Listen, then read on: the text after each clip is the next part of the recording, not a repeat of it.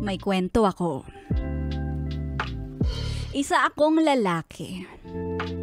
Merong asawa. Pero 4 years na kaming hiwalay. Naghiwalay dahil pinagpalit ko siya sa kinakasama ko ngayon. At ngayon, may kanya-kanya na kaming buhay.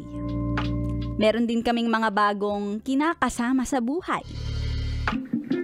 May 2 anak kami ng ex-wife ko. At napagdesisyonan namin na paghatian ang aming mga anak. Yung panganay ko, 5 years old, at yung pangalawa ko na nasa akin ay 3 years old. Once a month, nagkikita kami ng ex-wife ko kasama ang 2 anak namin.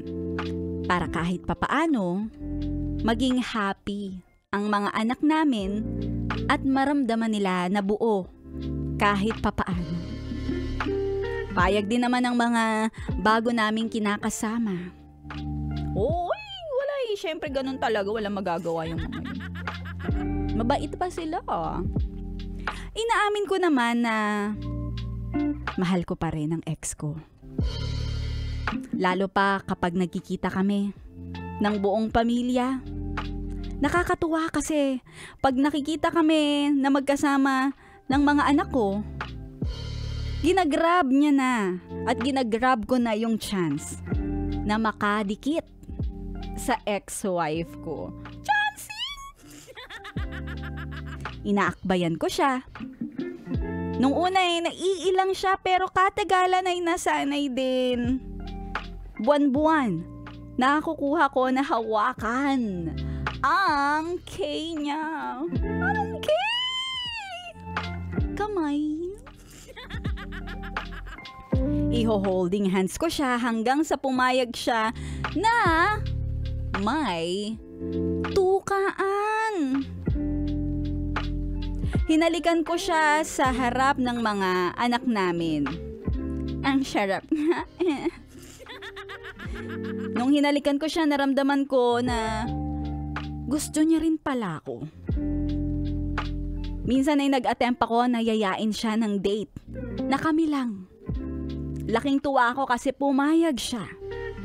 Nag-leave ako sa trabaho at dinala ko si ex-wife sa sinihan. And after noon, nagpunta kami sa bahay. Wala kasi yung kinakasama ko na umuwi muna sa Batangas. At yung mga anak namin ay wala rin naman sa bahay. Yung 5 years old ko ay may school pa. Kaya dito na nagsimula ang pagiging isa naming muli isa. Kahit pa 2 na ang anak namin ay talagang napaka-sexy ng ex-wife ko. Hindi ko na iwasang hindi makapagpigil. Pumunta kami sa kwarto namin at nag-lock para mag-rock-rock.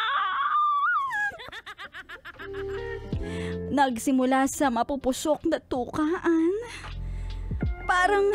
Parang nagkaroon ng throwback ang aming pulot gata. Nagtapos sa nakakahingal na churot-churot. Naulit pa ito pero sa ibang lugar naman. Around 2. Naging sikreto naming 2 ang mga nangyayari sa amin.